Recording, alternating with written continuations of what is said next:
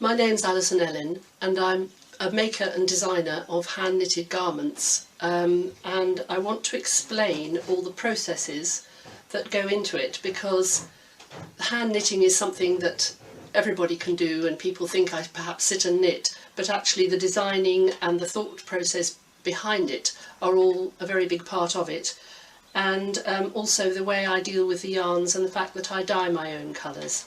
So the very first thing is looking at the yarn, which is spun for me to my specification from the breed of sheep called Blueface Leicester, because it's a lovely lustrous yarn. And the reason I'm getting the yarn spun is because I wanted it to be very strong, to take the dye well, to hold its shape, and to hold the shape of the stitches in the knitting, because I'm so involved in what the stitches will do. So because a skein of yarn is quite a sort of difficult thing to deal with, it has to be tied very carefully to stop it tangling before it goes into the dye pot, where it starts off cold and has to come up to the boil within an hour.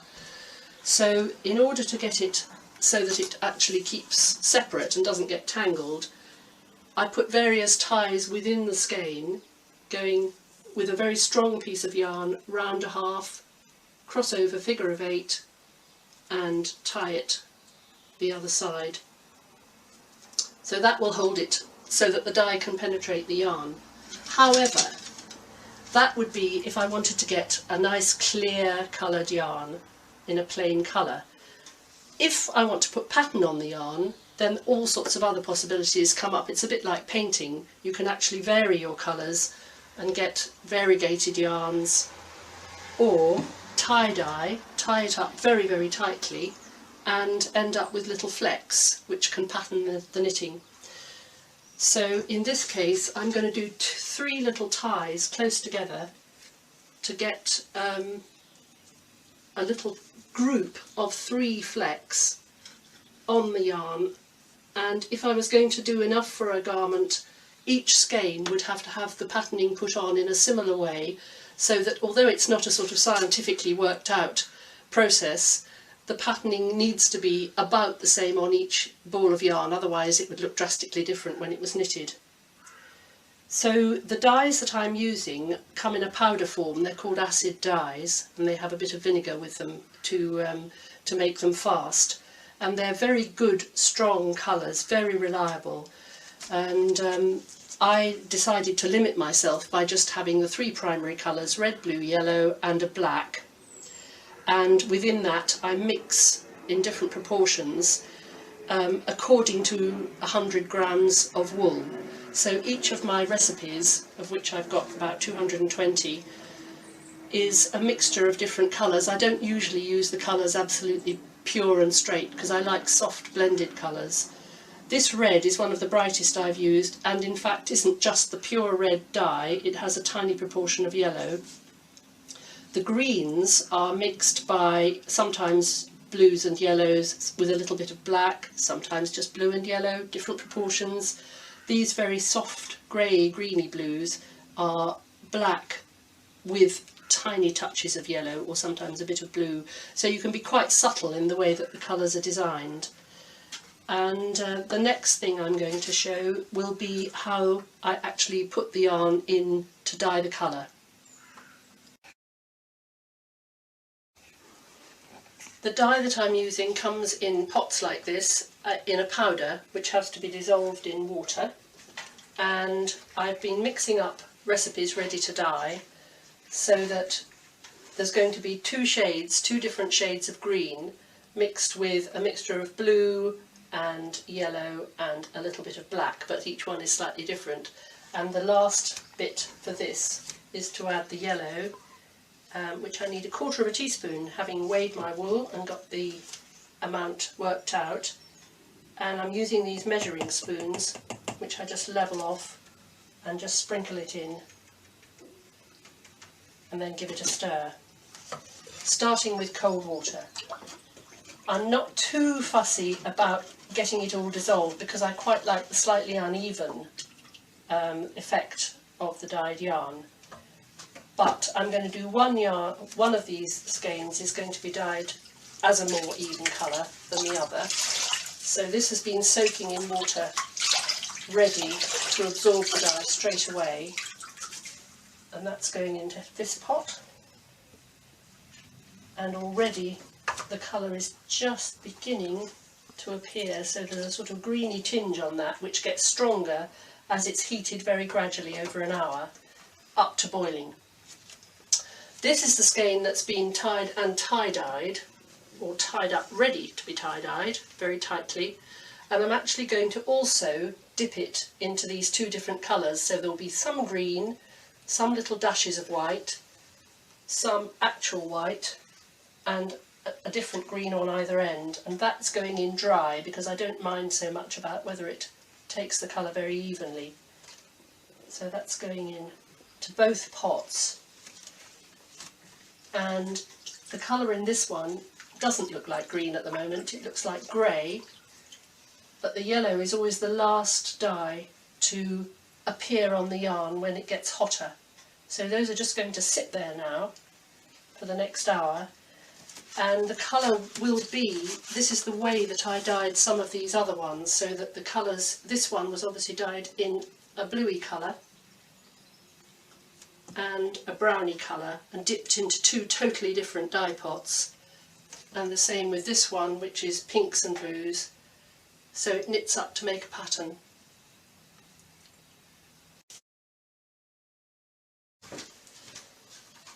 Once the wool's dyed, I've got to get the garment knitted, and hand knitting takes many hours, so I've got lots of help. I've got some wonderful knitters around Britain who knit the designs up for me.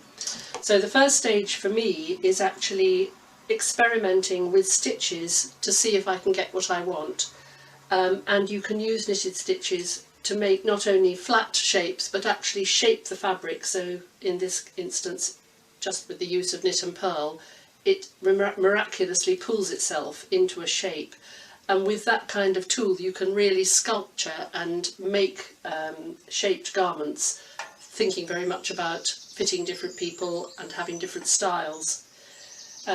If I've got somebody who's interested in having a design made, I might knit a piece for them so they can decide on the colours and whether they like the pattern before it's actually made for them. So that would be a little piece that was done for somebody to see the colours.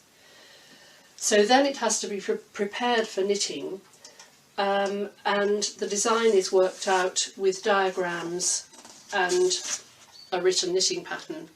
Lots of mathematics involved in working out the stitches, because every hand knitter knits to a different tension, so I have to design the pattern according to how a knitter is going to knit it. I can't change the way people knit, so I have to know that it's going to come out the size I want.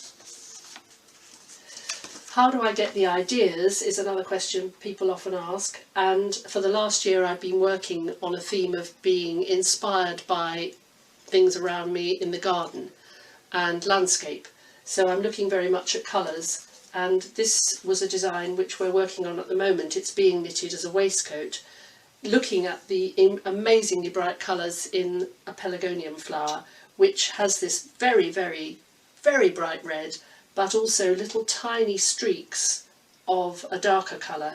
So in that case I've dyed up the yarns a plain red and a very streaky colour, which when it's knitted will give these random streaks, and that just adds a slightly unexpected element to a sort of preconceived knitting pattern idea. So that one was the geranium.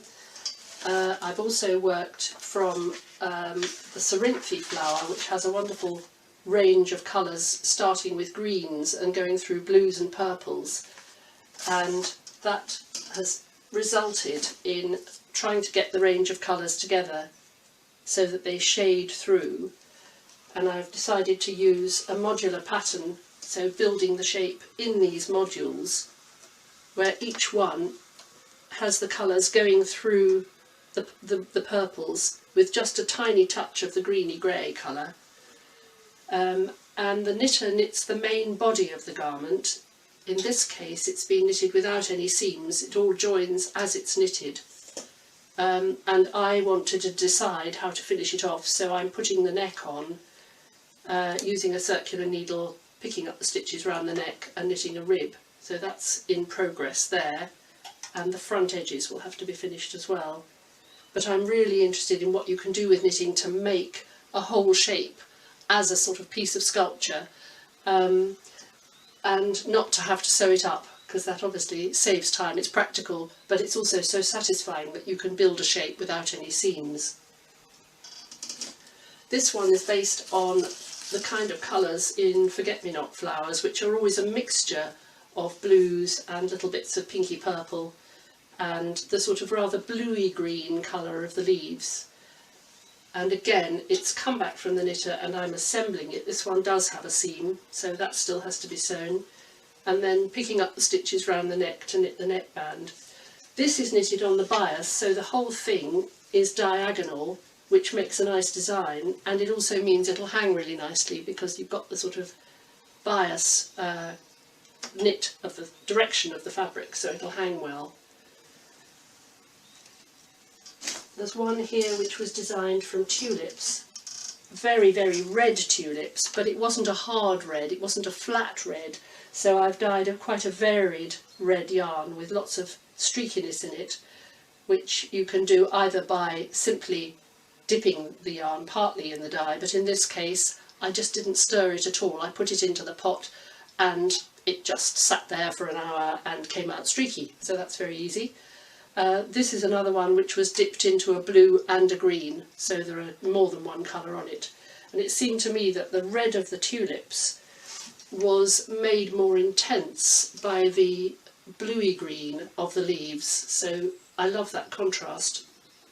And this one's been designed so that it's quite stripy, and again knitted in two pieces this time. So I did join the centre of the back, but it's great fun to knit, and I think the variation in the colours makes it more vibrant.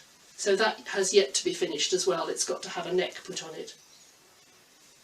And there's one more here which was knitted again looking at flowers, wallflowers in the garden in early spring, which had the most amazing strong soft reds and purples and tiny little dots of yellow and various different colours. So again I've used fairly varied yarns, they're not flat colours, they're quite soft, and that one is almost finished. I've put the neck on that and the front bands. And then I'm going to talk some more about the different shapes, thinking about knitting for different people. So usually when I'm making things to sell, I think about different people, different body shapes, what might suit different people in the way of different colours, but also the shaping thing has become more and more important because I'm often watching people trying them on, and people tell me what shapes they like to wear and what they find best. So that has really pushed me into thinking about how to use the stitches to make different shapes, and I'm interested in doing it by the whole structure of the garment rather than just shaping around the edges. It's actually all in the knitting that makes things alter so much. So to give an example, this little piece is a very simple thing to do, which is knitting and purling. Nothing else involved, just those two stitches, and the way they're arranged has made it pull into this shape which dips down in the middle, and from that idea grew this jacket which is shaped and quite fitted, and it is just simply the changing of the knits and purls that makes it take on that shape, and that's been a nice one. It fits people really nicely.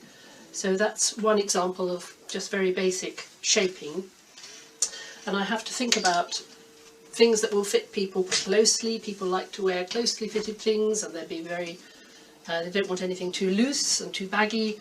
So this is another one where the stitch is ribbing up and pulling the fabric in, and I've actually shaped it a little bit more just around the edges so that it takes on that shape, and it's also almost reversible because the colours show on the purl on the right side, so the other side the other colours are showing here they disappear in between. So there's something rather nice about that stitch because it actually moves with the body and you see different bits of it as the person moves.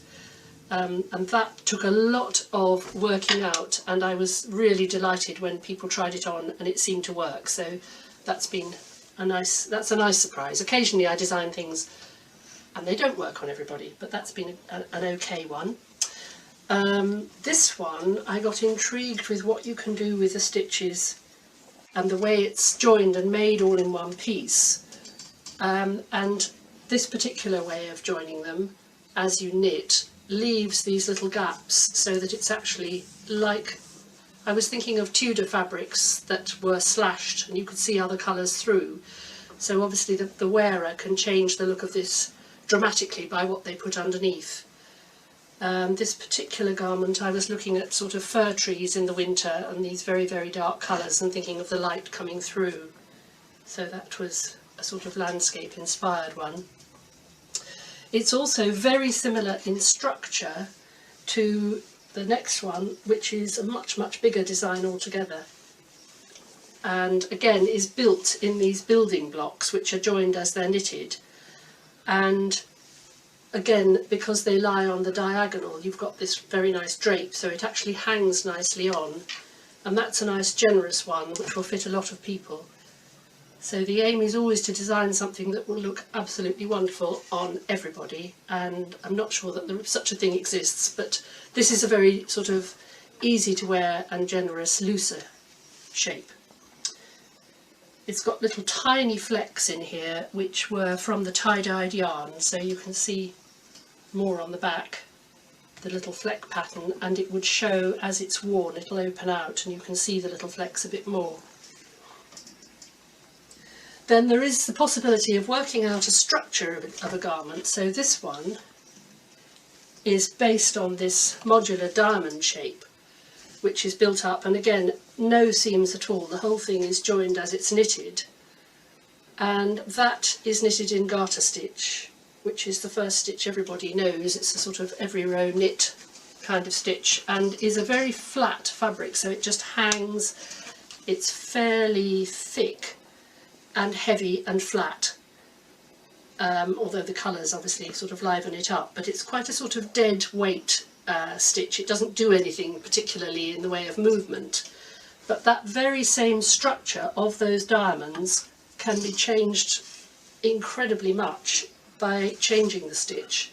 So here the same thing is used but in ribbing, and that takes on a life of its own because it's pulling up in the way that ribbing does and making quite a heavy sort of texture, and it also pulls the shape in so it's more fitted at the top. The bottom of this is knitted slightly differently because I've used a sort of shell-shaped, scallop-shaped module rather than the diamond shape, and one grows into the other, and that makes it fuller around the bottom, which is quite a nice shape to wear.